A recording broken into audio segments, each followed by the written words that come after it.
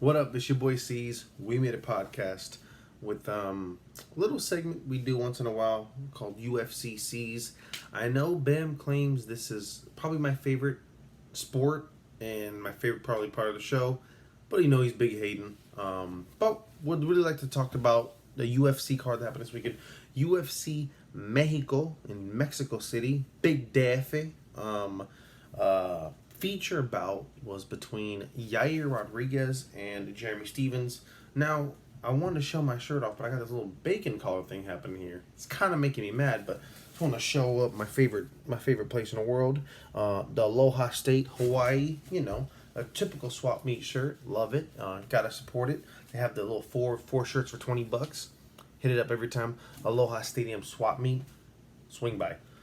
Okay, this fight was between Jeremy Stevens and Yair Rodriguez. I believe at the time, Yair Rodriguez was like 7 and 8 respectively, pretty close in the standings. Yair Rodriguez coming off of a wild win against the Korean Zombie.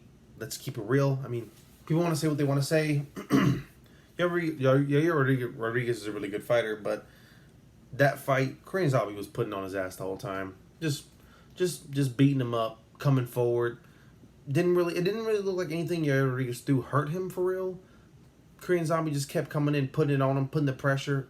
Great striker, dangerous, powerful. Unfortunately though, his aggression became his own detriment. At the later stage of literally at the game, at the buzzard, Yair Rodriguez hits a ridiculous, what would you call it? An uppercut back elbow? Probably one of the greatest knockouts I've ever seen in my life. I was astounded by it. At the end of a 5-round war, those guys looked like they lost a little bit. Like Yair Rodriguez after the fight definitely lost a little bit of himself. That you put yourself out, you put a lot on the line in that situation, and it was tough to watch. To be honest, it was tough to watch that fight, and that finish was incredible. Yair Rodriguez with the knockout win, which helped him out. There were some weird things coming up to this fight. Before this, Yair Rodriguez hasn't fought since then. There was some contractual things going on. Zabit fight was looming. Didn't happen. Was gonna happen. Yair got cut. Kind of started ripping on the UFC and Dana. Then the next day it's just weird. The whole weird. But he's back. Fought today. I was excited to see him. Fun guy to watch. Talented fighter. Great striker. Latino. It's great to watch. Especially fighting in Mexico. It's pretty cool. And he's not, a Mexican American. He's straight out of Chihuahua. So definitely had the home. Had Mexico and the fans there really going behind him and cheering for him. The other side, Jeremy Stevens. Jeremy Stevens is on a kind of a different path right now. Jeremy Stevens was at the top. I think most people, casuals, most remember Jeremy Stevens after Conor McGregor kind of stunned on him at the press conference by saying, "Who the fuck is that guy?" When he said, "I'm the hardest hitting 145er." That was a hilarious moment. I'll admit that was a 1-0 right there on the dissing. But Jeremy Stevens is a fighter. He's a baller. He put in work. Strong guy. Just definitely one of those a top 5 dude that's dangerous to anybody. Like a top 5 guy is never gonna go, man, that's Jeremy Stevens, cool. All right, I can do this. That's a guy go, he can catch me slipping. And he's that kind of guy. He's that kind of fighter. So basically, my collar's bothering me, man. It's bothering me a lot. The fight begins. Jesus Christ. Jeremy Stevens is coming off 2 losses in a row. I believe the first loss was to Jose Aldo. There's a lot of hype built around that. He really wanted to come in and show that he won this, be a number 1 contender to fight Max Holloway. And Jose Aldo showed him what's up. Jose Aldo got that win over him. And then the next fight was against Zabit. If Yair Rodriguez isn't going to fight Zabit, at least the path leading to each other would be by Zabit, who already beat Jeremy Stevens in the last match, and then Yair Rodriguez beating Jeremy Stevens and meeting him. So it seems like they're on some kind of fast track to hit each other up, which would be a fun fight, which I have my own feelings about as well too. I know people are saying that they're both high flying kickers and all that stuff, and they can do a lot of that crazy striking. But the big difference of them, Zabit is a nasty wrestler, nasty ground game, and I don't know. Yair has showed me a lot of. He hasn't showed me that he can do the same thing as Zabit. And if you have two people with a similar skill level, and then but another person has another skill set, they might bring that out, and that might be a trump card. That might put you out. So I'll put you over on them. So I'd probably have to go with Zabit if that fight were to happen. Anyways, this fight begins. I'm hyped for it. Great card so far. Great finishes on the UFC Mexico card. Ready to go. And 15 seconds in, how do I say this? A really weird, like, typical. Well, the thing is, UFC, they fight with gloves, open fingers, palms out. Boxing, you're able to block like this. UFC, you have the small ounce glove, so it's a lot of blocking is just hands out, putting your hand out to stop somebody from creating distance. That kind of happened, but Yair kind of did like a downward motion. Anybody saying he was purposely trying to rake him to eye poke, you're just being ridiculous. That's just internet trolling. I thought that was a ridiculous comment.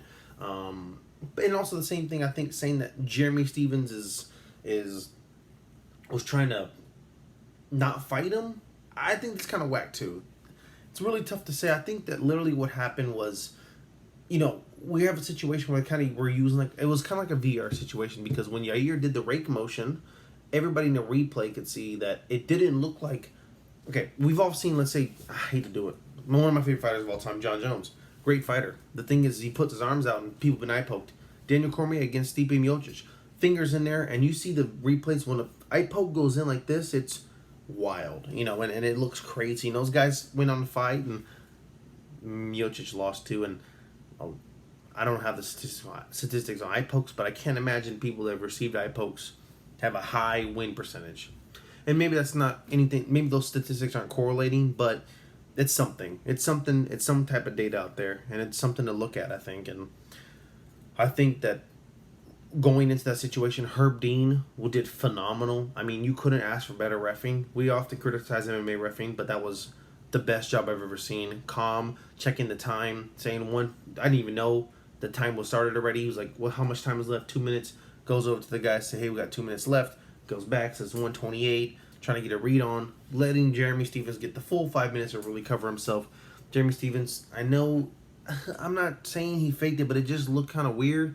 I never got swiped in my eye, so I can't just go, hey, like, you need to open your eyeball when they tell you to. Lord knows how that feels, but it just looked weird, and it probably looked rough for people who were over there, drinking and spent a lot of money to get there and were turned up and ready for this card, because no matter how good everything is, it's like they were waiting for that climax. They're waiting for the best part of the fight, the best part of the night, which is supposed to be the main event.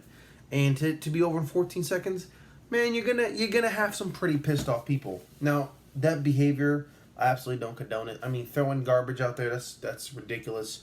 Throwing the bottles on there and attack, that's just throwing your drinks and popcorn. When they were walking the Jeremy Stephens to the back, it reminded me of the Malice in the Palace situation where Detroit Pistons fans were chucking the popcorn and drinks at Ron Artest when they were covering them. So it was a pretty crazy scene to watch. A shame they're talking about running it back, and that sucks because the UFC is so time oriented. But Yair made an interesting point. At the end of that fight, Yair said, "I'll fight anybody. Like I'm ready, whoever they put in front of me." Because he kind of knows, it's cool. I mean, sure, yeah, we could run it back, but I don't got forever to be sitting here doing 7-8 versus 7 versus 8. If something comes up, I'm sure in the top 5, he wants that fight. He wants the top 5. He wants to move up. So Stephens wants to run it back because it was a no contest. And Yair said, I didn't say he's not down, but also said he would take anything else that comes his way. Which kind of lead me to believe that if Zabit kind of gets it done in that UFC Moscow card, then it's probably going to be them two matching up. And we'll kind of see how that goes. But yeah, really weird card. I think it's really wrong to say that Jeremy Stephens was trying to get out of there. But I think okay, let me get this straight. So I don't think Jeremy Stephens was doing anything to be weak. I don't think he was punking out. I don't think he was being soft. Because I mean, the guy's been in wars. He's been in some gross fights, and he's put damage on people. People put damage on him.